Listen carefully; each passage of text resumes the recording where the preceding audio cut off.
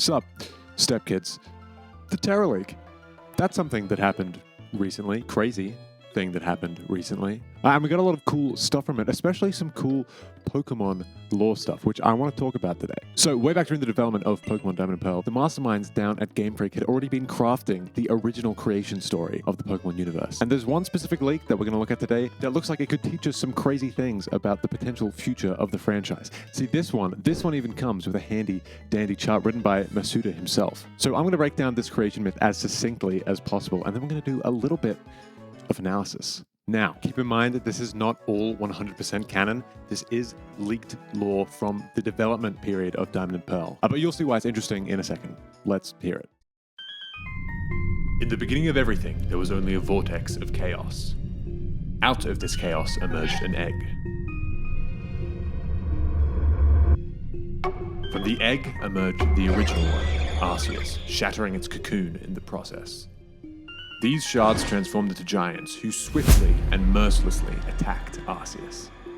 Though wounded, Arceus reigned victorious over the many giants. From his wounded body, Arceus created two alternate selves. Filling them with the blood of the defeated giants, it named them Dialga, god of light and of time, and Palkia, god of darkness and of space. Arceus commanded them to fill existence with beings and then fell into a deep slumber. Dialga and Palkia attempted to create many children. However, these children were frail and died with no world for them to inhabit. To remedy their sorrows, Dialga and Palkia gave three of their children the seed of life to nurture.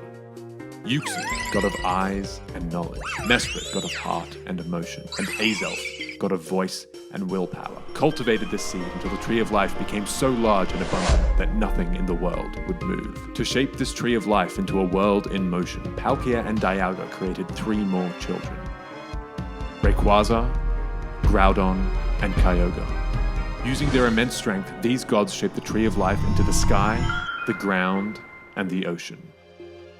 Rayquaza became the pillar that held up the sky, appointing Dragonite, Gyarados, and Tyranitar to maintain this domain.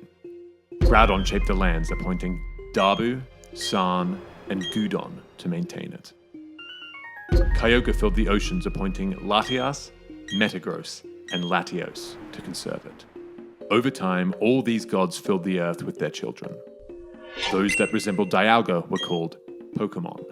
Those that resembled Palkia were called humans. The original one will eventually awaken, and upon seeing the world filled with its descendants, will promise great abundance and prosperity. So pretty interesting. It sounds a lot like what fans have thought the creation myth has been for a long time. All this stuff has been sort of breadcrumbed throughout the games, but nothing has been confirmed officially. So it's cool to hear it from one official source. Now remember, this whole thing might not necessarily 100% be canon. In fact, it's necessarily not canon because everything that's in it isn't all in the games, but some parts are, and we can use in-game evidence to figure out what's canon and what's not. So starting at the beginning of this, everything being a vortex of chaos and a blur until Arceus appears is pretty smack bang on still today with what we've got. We know that in the Canalave library, we have, what's the name of it? The book.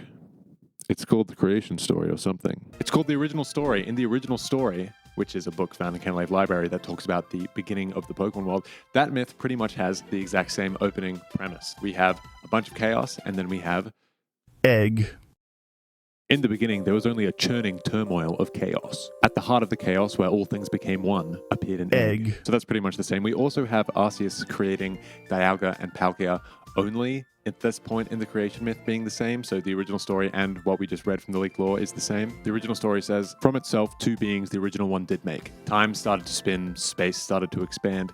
It's weird that this old leaked lore specified darkness and light being aspects of Palkia and Dialga, which doesn't seem to be part of the new games. One thing that's missing from both the original story and the leaked lore is Giratina. Giratina isn't in this part of the creation myth yet, I guess. What's interesting is that it doesn't seem that Giratina is even mentioned that much in the creation myth, apart from the Veilstone story or whatever it's called in the Canalave library, which it's not even really talked about, it's just kind of hinted at, until Platinum. So Giratina doesn't really appear lore-wise in Diamond and Pearl. Correct me if I'm wrong, because my research timeline for this has been a lot shorter than usual. But one thing that was mentioned in the leaked lore and not mentioned at all anywhere in the original story is the existence of these giants and where they actually slot into the story. So we've heard about these giants from the back of the flame plate. The back of the flame plate talks about defeated giants. See if I can find the actual quote here. I'll put it up on screen here. But basically, the flame plate talks about these defeated giants, and we've never really known where these defeated giants slot into the myth. But now we know that they were probably always intended to, and maybe it's still canon, that they are part of the egg that Arceus comes from. We also find out that Arceus had to defeat these giants.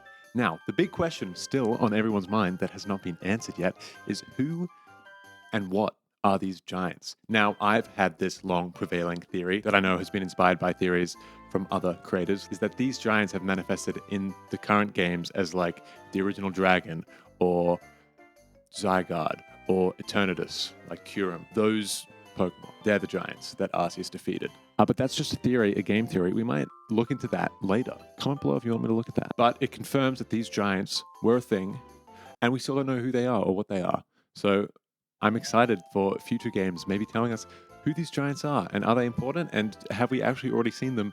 We just don't know that these are the giants, because that's what I think, and I love being right. So giants are canon. Arceus coming from an egg, that's canon. But now let's look at that chart that I mentioned before. As you can see, it's written by Junichi Masuda himself in 2005, and it seems to be like a hierarchy of Pokemon tiers of creation that was described in the lore that we just read. But you know how I mentioned that Giratina was missing from the myth before? You might recognize this chart from somewhere else, actually. It's in the Sinjar Ruins Arceus event in Heart Gold and Soul Silver.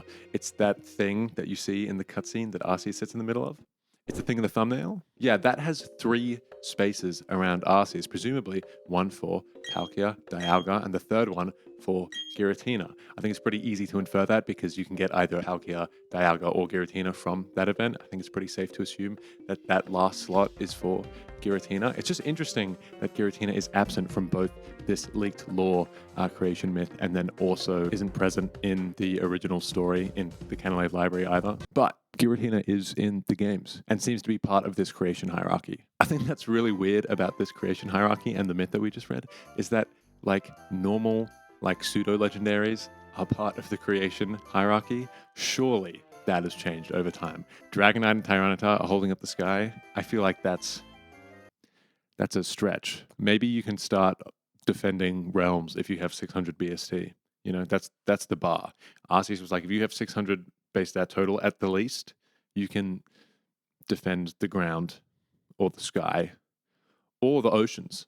But yeah, we know that this hierarchy chart is at least partially canon because of its appearance in that Heart Gold Soul Silver event with Arceus. I've got an artist filled out rendition here. They've placed all the Pokemon in the right locations. And I think it's cool to see, like I said before, that people have sort of figured out this creation hierarchy, who was responsible for what.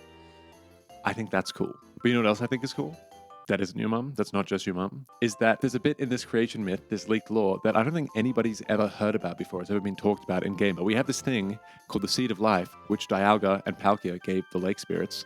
And this Seed of Life became the Tree of Life, which then was made into the sky, the earth, the oceans. And you know what that makes me think of? It makes me think of Generation 6. Do you know why it makes me think of Generation 6? Because it kind of reminds me of the World Tree. You know that thing from Norse cosmology and mythology, the whole tree that is the world, the 12 realms? 12 realms. Okay, there are 9 worlds. Yggdrasil. How do you say that? Anyway, I totally lost what I was saying. There are 9 realms, but that's not important. Basically, this Tree of Life reminds me of the World Tree, and the World Tree in Norse mythology has these protectors of the realms, and that's what Zygarde, Yveltal, and Xerneas are based off. Now, there's also been a leak that apparently Zeraora was meant for Gen 6, along with those legendaries, and people have been wondering who the Ratotska in... Is that how you say that? He's another person who walks around those realms around Yggdrasil. Hello, Step Kids, Editing Patrick here. Unfortunately, the Zeraora leak might not be real. I can't find a source for it that is good, so take everything in this section with a grain of salt. All the other things I say about the Calyx legendaries, I believe the whole Tree of Life idea that I'm about to lay out, but the whole Zeraora part might not be real. Peace and love at the gates. Anyway, basically, bird, Yveltal, guards upper part of the tree. A deer protects the soil of the tree, Xerneas. And a snake protects like under the tree, the underground of the tree, 50% Zygarde. There are also other creatures like the Squirrel? rat.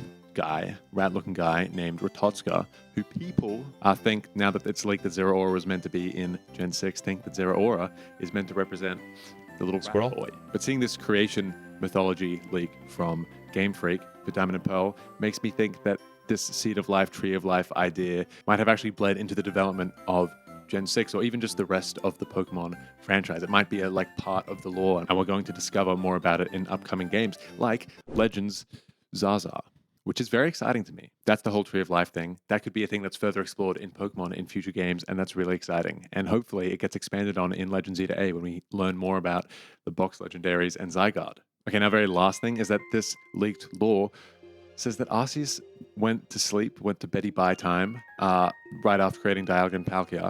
And then at the very end of the myth, after everything's been created, it says that Arceus will eventually awake from his slumber. So I don't really understand what the implications of that could be. Is he already woken? But he seems to be separate from time and space. He also seems to in this hierarchy of creation, because everything is made from him. He kind of is everything. So is he awake all the time, or is the world constantly asleep? I don't really know. It's a bit crazy if you think about it. And I don't want to think about it too much. But if anyone has any ideas on what that could possibly mean, or has done any reading that I haven't done, that would be cool. Now, I get that this is a more laid-back video. I'm going to do one more of these. I hope you like that little animation that I made. It made this video take way too long to come out. But the next one I'm going to do is some Gen 6 X and Y leaked lore stuff that confirms things that I was theorizing about. So I have been writing this video for ages about Omega Evolution and Pokemon Bioenergy and Infinity Energy and Natural Energy in Hoenn and all this stuff. I've been chipping away at that slowly, and these leaks came, and a lot of vindication. A lot of my theories, which I never got to share, are pretty spot on. I'll talk about that in the next video. But then some other things are just completely ruined now. So I've scrapped that video, and we're just going to talk about these small leaks, and I'll mention some of the stuff that I was theorizing about. After that, we should be back to my regularly scheduled deeper dives, scripted stuff. But I just want to ease myself back into YouTubing. So I hope you enjoyed this video and that little animation I made. Tell your mom I'm back, and I'll see you at the gates.